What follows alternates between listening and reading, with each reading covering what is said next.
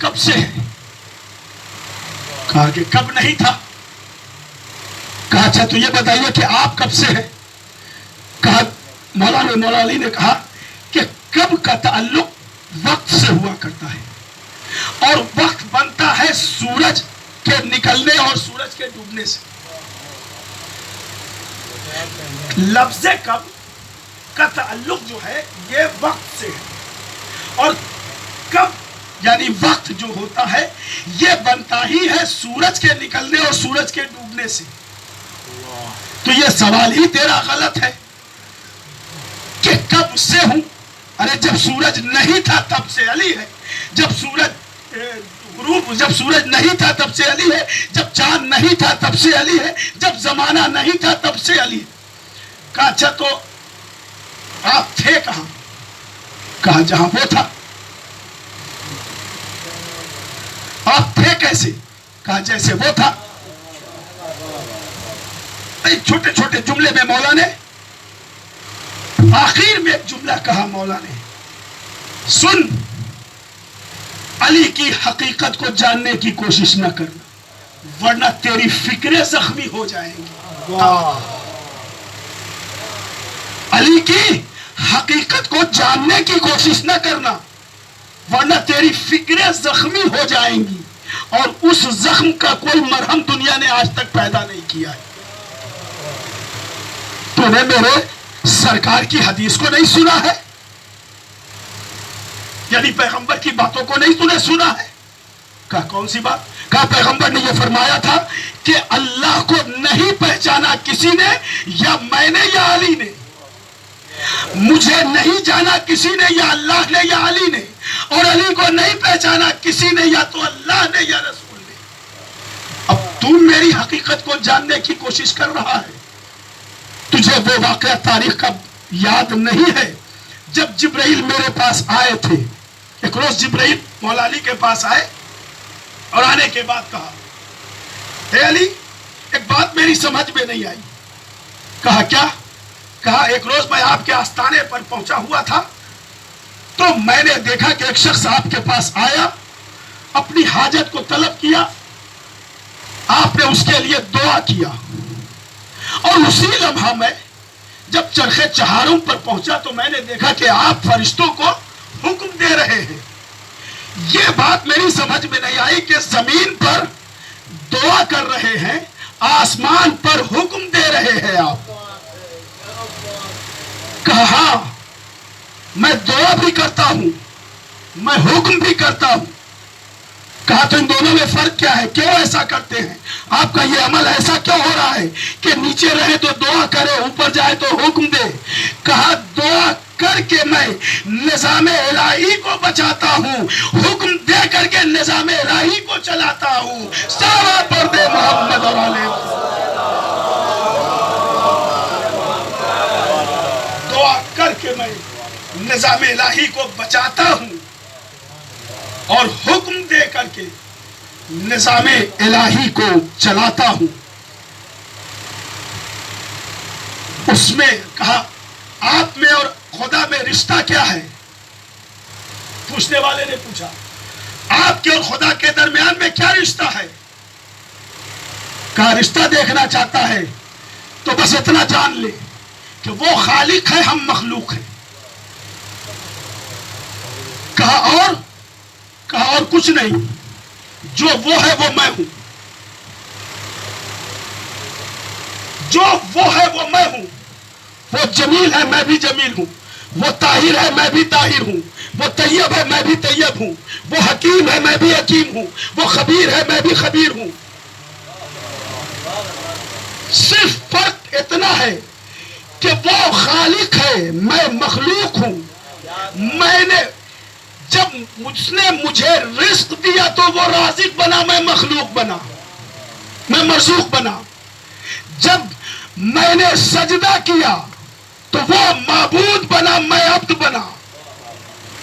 لیکن وہ ہے، میں ہوں. آخری جملہ تھا یہ مولا کا. مولا نے کہا کہ سب کچھ ایک جیسا لیکن پھر بھی وہ ہے، میں ہوں. عزیزان محترم، علی کا کمال دیکھیں علی نے، دنیا نے مولائے کائنات کو کس اینگل سے دیکھا ہے؟ ایک شجاع کی حیثیت سے، ایک سخی کی حیثیت سے، ایک عبادت گزار کی حیثیت سے. لیکن مولائے کائنات نے جو کارنامہ انجام دیا ہے تحفظ وحدانیت کے لیے. اب میں بتاؤں کہ کیا کیا کارنامہ، کہاں کہاں پر کارنامہ انجام دیا اور کیسے کیسے سمجھایا ہے. ایک شخص کو سانپ نے کاٹ لیا، لوگ پنڈت کے پاس لے کر گئے، کہا رے یہ تو مر گیا، اس سانپ نے تو اسے موت دے دیا، اب اسی کی خوشامد کرو، یہی زندگی دے گا. دیکھیں اللہ کو چھوڑا ہے لوگوں نے تو خوف کی بنیاد پر چھوڑا ہے. یہ خوف ہم نے دلایا ہے کہ اللہ بہت قہار ہے. ارے قہار تو صفت ایک ہے اس کی، لیکن اس کے علاوہ جتنی صفتیں ہیں سب صفت میں رحم پایا جا رہا ہے. بھئی قہاریت کی صفت ایک صفت ہے، اس کے علاوہ 999 صفتیں وہ ہیں کہ جس میں اس کی شان رحمانیت دکھائی دے رہی.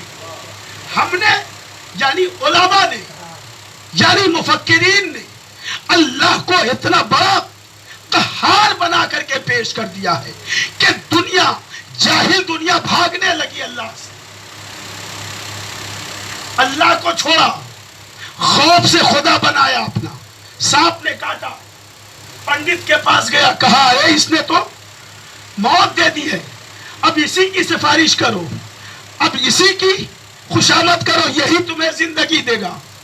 چنانچہ اس بیچارے نے خوف سے اس کو ناگ دیوتا مان لیا، اسے دودھ پلانا شروع کیا. زمانہ بدلتا رہا، بھگوان ہو گیا، اللہ سے ہٹا. علی نے اس کیفیت کو، زمانے کی اس کیفیت کو دیکھا، سورج کو کہنے لگا. دنیا والوں نے کہا یہ تو بہت برا ہوا ہے، اب اسی کے آگے ہاتھ جوڑو تو یہ کیفیت ٹھیک ہوگی. اب دنیا اپنی جہالت کی بنیاد کے اوپر اسی سورج کے آگے ہاتھ جوڑنے لگا، آپ ٹھیک ہو جائیے، آپ ہی بھگوان ہو سکتے ہیں. خوف سے ایک شخص پہاڑ کے نیچے سے گزر رہا تھا، پتھر اوپر سے گرا، وہ زخمی ہو گیا. کہا رے یہ تو ضرور بھگوان ہے. ستاروں کو دیکھا، ایک جگہ ٹوٹ کر گرا تھا، اب وہ خوف سے گھبرانے لگا، کل وہاں گرا ہے، آج ہو سکتا ہے کہ میرے یہاں گر جائے. خوف سے اللہ کو چھوڑا، انہیں خدا مان لیا. کسے خدا مانا؟ سانپ کو خدا مانا، سورج کو خدا مانا، ستاروں کو خدا مانا، پتھروں کو خدا مانا. علی نے اس سارے منظر کو دیکھنا شروع کیا. اچھا تم خوف سے سانپ کو خدا مان رہے ہو. گہوارے میں آئے،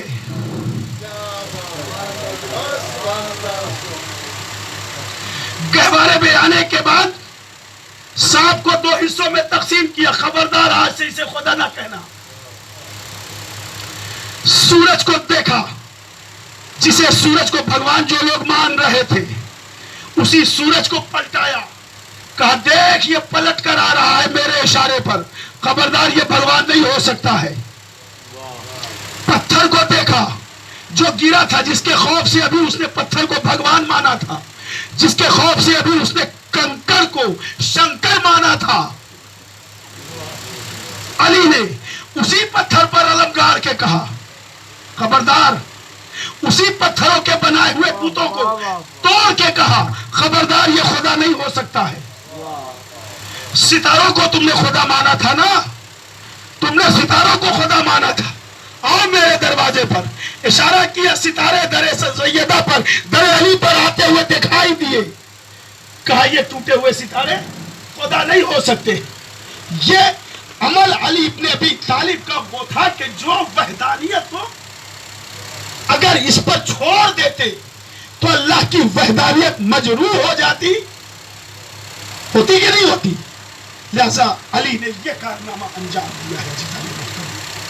پیغمبر نے جو تھوڑی فرمایا کہ میں شہر علم ہوں. علی اس کے دروازہ ہے، علی اس کے دروازہ ہے. اور ظاہر سی بات ہے کہ جتنا علم پیغمبر کے پاس، جیسا علم پیغمبر کے پاس، ویسا علم علی کے پاس.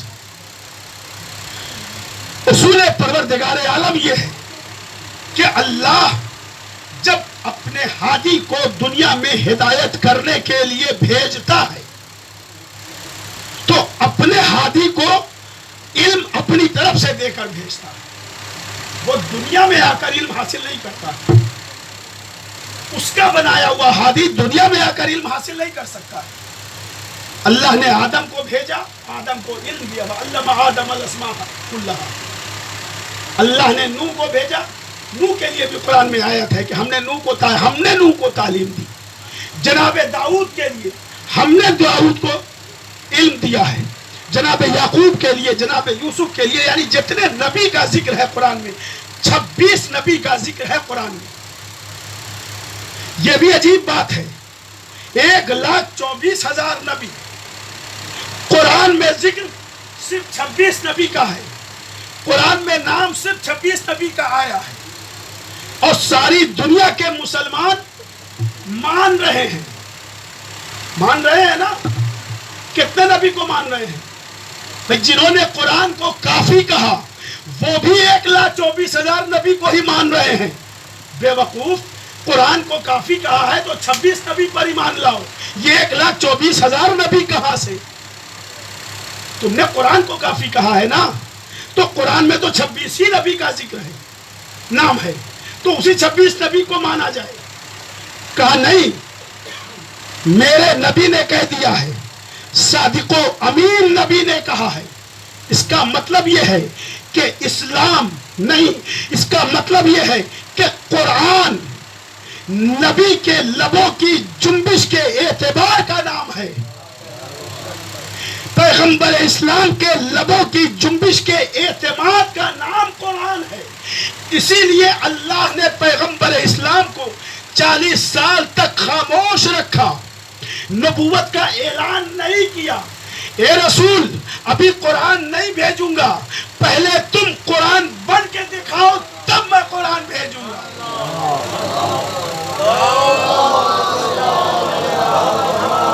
اس لیے کہ اگر قرآن پہلے بھیج دیا جاتا، اس کے بعد نبی عمل کرتے، تو دنیا کہتی کہ اس میں پیغمبر کا کون سا کمال ہے. بھائی جو قرآن کہہ رہا تھا پیغمبر اسی پر عمل کر رہے تھے، لیکن اللہ کو مقصود کچھ اور تھا.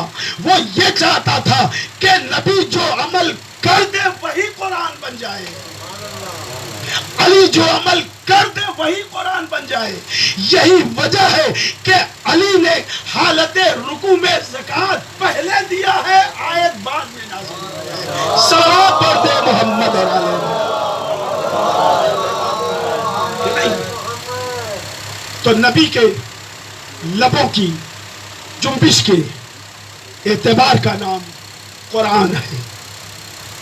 وہ نبی جو صاحب علم ہے، وہ نبی جو صاحب حیات ہے. علم کا ہی دوسرا نام حیات ہے. وہ نبی جس نے مولا کائنات کو، تو میں عرض کر رہا تھا کہ اللہ نے سارے ہادیوں کو علم اپنی طرف سے دیا ہے. جو اپنے گھر میں رہا، بھائی جناب آدم چھوڑ دیجیے، جناب نوح اپنے گھر میں پیدا ہوئے، جناب ابراہیم اپنے گھر پیدا ہوئے، جناب داؤد، زکریا، یحییٰ، عیسیٰ، یونس، یوسف، یعقوب، جتنے نبی بھی تھے وہ سب اپنے گھر میں پیدا ہوئے. اپنے گھر میں پیدا ہوئے پھر بھی اللہ نے علم انہیں دیا. جو اپنے گھر میں پیدا ہو اسے علم اللہ دے، جو اللہ کے گھر میں پیدا ہو جبریل اس کے استاد ہو جائیں گے. تو یہی تو بے وقوفی عالم اسلام کی کہاں کہاں پر بے وقوفی دکھائی دے رہی ہے۔ اللہ نے جسے اپنے گھر میں پیدا کیا اسے علم اپنی طرف سے دیا، تو جو اپنے گھر پیدا ہوا جو نبی اسے علم اپنی طرف سے دیا، تو جو اللہ کے گھر میں پیدا ہوا اسے اللہ معبود۔ فرق کیا رہے گا؟ جو اپنے گھر پیدا ہوا اسے بھی تو نے علم دیا، جو تیرے گھر پیدا ہوا اسے بھی۔ کہا بہت فرق ہے، قرآن تو نے پڑھا نہیں ہے، قرآن پڑھ کے دیکھو، میں نے جتنے نبی کو علم دیا ہے سب نبی کے لیے، اس میں سے ایک مثال میں آپ کو دے دوں۔ جناب سلیمان پیغمبر کے ایک وزیر تھے، وصی تھے، خلیفہ تھے، جانشین تھے، جن کا نام آصف ابن برخیہ۔ قرآن میں بھی ان کا ذکر ہے، تاریخ نے تو بہرحال پیشی کیا ہے، آصف ابن برخیہ۔ یہ جناب سلیمان پیغمبر کے جانشین ہیں، ان کے نائب، ان کے خلیفہ۔ جناب سلیمان پیغمبر کا زمانہ ہے، دربار سجا ہوا ہے۔ سلیمان پیغمبر نے یہ اعلان کیا درباریوں کو دیکھ کر کے کہ تم میں سے کون ہے جو ملک سبا سے تخت بلقیس کو میرے دربار میں لا کر حاضر کر دے۔ بہت سے لوگ کھڑے ہوئے، اے اللہ کے نبی میں لے کر آؤں گا۔ کہا کتنی دیر لگے گی؟ کہا بس 4 گھنٹہ۔ کسی نے کہا 10 گھنٹہ، کسی نے کہا 8 گھنٹہ۔ آصف ابن برخیہ کھڑے ہوئے، کھڑے ہونے کے بعد انہوں نے کہا اللہ کے نبی آپ کا حکم ہے، میں ملک سبا سے تخت بلقیس کو آپ کے دربار میں لا کر حاضر کر دوں گا۔ کہا کتنا وقت لگے گا؟ کہا کہ آپ کی پلک جھپکنے سے پہلے میں، ابھی آپ کی پلک جھپکے گی نہیں اور میں تخت بلقیس کو ملک سبا سے لا کر آپ کے دربار میں حاضر کر دوں گا۔ یہ اتنا جلدی؟ اب آئیے دیکھیں کہ جناب آصف ابن برخیہ ہیں کون؟ قرآن نے ان کے لیے کیا کہا ہے؟ قرآن کہتا ہے کہ ومن عندہ علم من الکتاب، یہ وہ ذات ہے کہ جس کو اللہ نے کتاب کا تھوڑا سا علم دیا ہے۔ بھائی جسے کتاب کا تھوڑا سا علم مل جائے وہ چشمے زدن میں ملک سبا سے تخت بلقیس کو لا کر رکھ دے، تو جسے اللہ نے پورے کتاب کا پورا علم عطا کیا ہو۔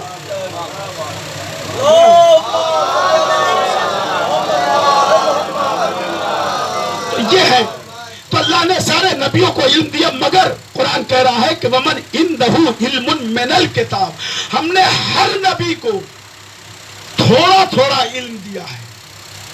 لیکن علی کے لیے ارشاد پروردگار عالم ہو رہا ہے وَكُلَّ شَيْءٍ أَحْصَيْنَاهُ فِي إِمَامٍ مُبِينٍ، اور ہم نے علی کو ہر شے کا علم دیا ہے۔ نبیوں کے لیے تھوڑا تھوڑا، علی کے لیے کل، اور کل اللہ کہہ دے کل تو پھر وہ کل ہوگا، ہے نا؟ سارے نبی کو تھوڑا تھوڑا، علی کو کل۔ تو اب نبوت اور امامت کا فرق بھی پہچان لے دنیا۔ نبوت کا ترجمہ ہے تھوڑا تھوڑا، امامت کا ترجمہ ہے کل۔ یا یہ کہا جائے کہ نبوت کا ترجمہ ہے کچھ کچھ، امامت کا مطلب ہے کل کل۔ اب جو لوگ نبوت پر جا کر رک جاتے ہیں اس کا مطلب یہ ہے کہ وہ کچھ کچھ والے ہیں، جو امامت تک پڑھ جاتے ہیں وہ سب کچھ والے ہیں۔ صلوات پڑھ دے محمد والے محمد۔ یہ ہے عزیزان محترم، بات ادھر سے ادھر ہو گئی، بات علم کی ہو رہی تھی۔ یقیناً کائنات کا کون سا علم ہے کہ جو پیغمبر کے پاس نہیں ہے؟ کائنات کا کون سا علم ہے کہ جو علی کے پاس نہیں ہے؟ اس لیے کہ پیغمبر بھی جانتے ہیں کہ علم ہی حیات کا نام ہے، علم ہی زندگی کا نام ہے، اور جہالت ہی موت کا نام ہے۔ اسی لیے پیغمبر نے متعدد حدیثیں، طلب العلم فریضۃ علی کل مسلم و مسلمۃ، علم کا حاصل کرنا ہر مسلمان مرد اور عورت کا فرض ہے، فریضہ ہے۔ باتیں بہت ہیں عزیزان محترم، اس کے بعد بھی ایک مجلس کا حکم ملا ہے، لہذا اس کے بعد کی مجلس کو بھی آپ حضرات سماعت فرمائیں گے، کربلا اسی علم اور جہل کے تصادم کا نام ہے، جہاں علم اور جہل آپس میں ٹکرا رہے تھے۔ حسین علم کا نام ہے، یزید جہل کے مجسمے کا نام ہے۔ علم ہمیشہ روشنی دیا کرتی ہے، جہل ہمیشہ تاریکی پیدا کیا کرتی ہے۔ اب جو حسین کے ساتھ تھے وہ روشنی میں تھے، یہی تو وجہ ہے کہ شب عاشور امام حسین نے شمع کو گل کر دیا۔ مقصد تھا کہ ہو جائے اجالوں کا تعارف، ورنہ کبھی شبیر اندھیرا نہیں کرتے، ورنہ کبھی شبیر اندھیرا نہیں کرتے۔ مقصد تھا کہ ہو جائے اجالوں کا تعارف۔ کیسے کیسے اجالے تھے اور کیسے کیسے جیالے تھے، خدا کی قسم۔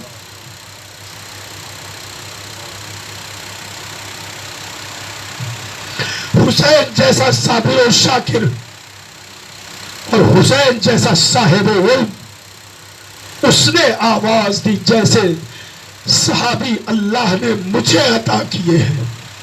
نہ ویسے صحابی میرے نانا کو ملے، نہ ویسے صحابی میرے بابا علی مرتضیٰ کو ملے۔ شمع گل کر دی گئی، پروانے اپنے مقام سے ہٹ نہیں رہے۔ اللہ اکبر۔ اپنی تلوار اپنے ہاتھوں سے لے کر اپنے گلے پر سیدہ کے لال، اگر آپ کو میری وفا پر اعتماد نہیں ہے، آپ حکم دے یہ ابھی اپنے ہاتھوں سے اپنا گلا کاٹ کر آپ کے قدموں پر رکھ دے۔ حسین نے کہا نہیں نہیں، مجھے تم پر بڑا بھروسہ ہے۔ عزادارو، جس صحابہ پر، جس چاہنے والے پر حسین کو بڑا بھروسہ تھا، انہی کی لاشوں کو تو حسین نے کربلا میں اٹھایا تھا۔ حبیب کی لاشیں اٹھانے کے وقت حسین کے دل پر کیا گزری ہوگی، جنہیں امام حسین نے فقیہ کہہ کر کے امام وقت اور فقیہ کا خطاب دے رہا ہے۔ اللہ اکبر۔ اور پھر وقت وہ آیا کہ جب اس کی لاش کو کاندھے پر اٹھایا حسین، سعید کی لاشوں کو اٹھایا، زہیر کی لاش کو اٹھایا، ایک ایک انصار کے لاشوں کو حسین نے اٹھا لیا۔ اب عائزہ کی باری آئی، قاسم کا لاشا پامال ہو گیا۔ عزادارو، آج 11 محرم ہے، کل کی شب گزری ہے جو قیامت کی شب تھی، تاریخ کبھی نہیں بھولا سکتی ہے۔ جب کربلا میں سب شہید ہو گئے، جناب فضہ ناقل ہے کہ میں در خیمہ پر کھڑی دیکھ رہی تھی، جناب فضہ کے کانوں میں ایک آواز آئی، اپنے اپنے کشتوں کو ہٹا لو، اب تو سیدہ کے لال پر گھوڑے دوڑانا ہے۔ بس یہ سننا تھا کہ جناب فضہ تڑپ کر جناب زینب کے قریب گئی، شہزادی قیامت اب تک تو نہ آئی مگر اب قیامت ہونے والی ہے، کہا فضہ کیا کہنا چاہتی ہو؟ کاش کیا یہ باتیں کر رہے تھے کہ اب سیدہ کے لال کو لاشے کو پامال کرنا ہے، پامالی کی تیاریاں ہو رہی ہیں، لوگ اپنے اپنے کشتہ نجس کو اٹھا کر لے جا رہے ہیں، بس پامالی کی عزت پر ایک سیدہ کا لال ہے۔ زینب نے اس منظر کو بھی دیکھا، یہ منزل امتحان ہے، اور پھر شام غریبہ کا منظر تو آپ نے کل سن ہی لیا، سینے پر سونے والی سکینہ کو جناب زینب تلاش کر کے لے کر آئی ہے۔ عزادارہ، آپ انصاف سے بتاؤ، کل شام غریبہ کے بعد دیر سے ہی صحیح مگر آپ کو آرام کا بستر تو ملا تھا، چین و سکون تو ملا، آپ دن بھر فاقے سے تھے مگر شام کے وقت آپ کو ٹھنڈا پانی ملا۔ عزادارو، ارے جب شام غریبہ کے بعد سیدانیوں نے، ارے جناب زینب نے سکینہ کو جمع کر کے ایک جگہ پر سارے بیبیاں، ساری بچے جمع ہو گئے، اس کے بعد کیا بیبیوں کو پانی ملا ہے؟ چین کا بستر اور سکون کا بستر ملا نہیں ملا۔ عزاداروں اسی حالت میں تو صبح 11 محرم کی صبح نمودار ہو گئی، اور اب جب 11 محرم کی صبح نمودار ہوئی، سیدانیوں کے ہاتھ پر سے گردن باندھے گئے، سید سجاد کو ہتھکڑیاں پیروں میں بیڑیاں ڈالی گئی، اور اب ستم یہ کہ لاشوں کے درمیان سے لے جایا جا رہا ہے۔ اونٹ کی ننگی پشت پر جناب سکینہ کو بیٹھایا گیا۔ ہر بار جب سکینہ لاشوں کے درمیان سے گزرتی تھی، ارے کبھی فرات کا رخ کرتی تھی، اے میرے اچھے چچا، اے بابا، اے بھیا علی اکبر، ایک ایک شہید کو یاد کرتی تھی۔ جب سکینہ یاد کرتی تھی تو لاش شہداء تڑپ جاتے تھے۔ عزاداروں کربلا سے یہ قافلہ گزر گیا، کوفے کے بازار میں یہ قافلہ پہنچنے والا ہے۔ سکینہ اونٹ کی ننگی پشت پر ہے۔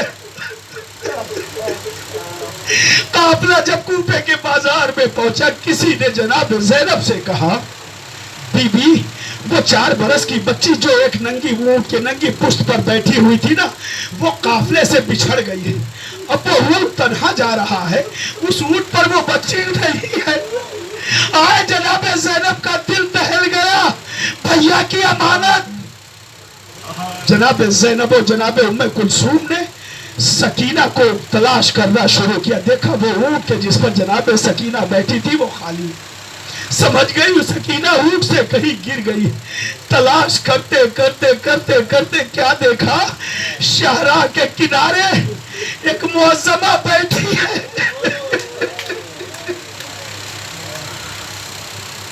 آغوش میں ایک چھوٹی سی بچی ہے۔ جناب زینب نے خود کو اونٹ سے گرایا، ویسے ہی گرایا کہ جیسے غازی عباس کربلا میں گھوڑے سے گرے تھے۔ گرنے کے بعد جناب زینب ایک مرتبہ اس معظمہ کے پاس گئی، اے بی بی آپ کون ہے جو اس بچی پر رحم اور ترس کھا رہی ہے؟ کہا تو نے نہیں پہچانا؟ میں تیری ماں اور فاطمہ زہرا ہوں، مجھے حسین کی بچی پر رحم نہ آئے گا تو اور کس پر آئے گا؟ بس یہ نام سننا تھا کہ جناب زینب تڑپ گئی، اور تڑپنے کے بعد کہا، اماں جب سے آپ دنیا سے رخصت ہوئی ہیں ایک زمانہ ہو گیا میں نے آپ کے چہرے کی زیارت نہیں کی ہے۔ عزاداروں سنے، اماں میں آپ کے چہرے کی زیارت نہ کر سکی ہوں، اماں ایک مرتبہ نقاب پلٹ دو تاکہ آپ کے چہرے کی زیارت کر لوں۔ جناب فاطمہ نے کہا، بیٹی تو میرے چہرے کو دیکھنے کی زیارت کرنے کی ضد نہ کر، اس لیے کہ تو میرے چہرے کو نہ دیکھ سکے گی۔ نہیں اماں، ایک زمانہ گزر گیا ہے، آپ کے چہرے کی زیارت نہ کر سکی ہوں۔ بات اصرار کیا جناب زینب نے۔ جب اصرار بڑھا تو اس معظمہ جناب فاطمہ نے ایک مرتبہ اپنے چہرے سے نقاب کو پلٹ دیا۔ ارے زینب لپٹ گئی، اماں یہ آپ کے چہرے پر خون کیسا؟ کہا اسی لیے تو میں کہہ رہی تھی نہ پہچان سکو گی۔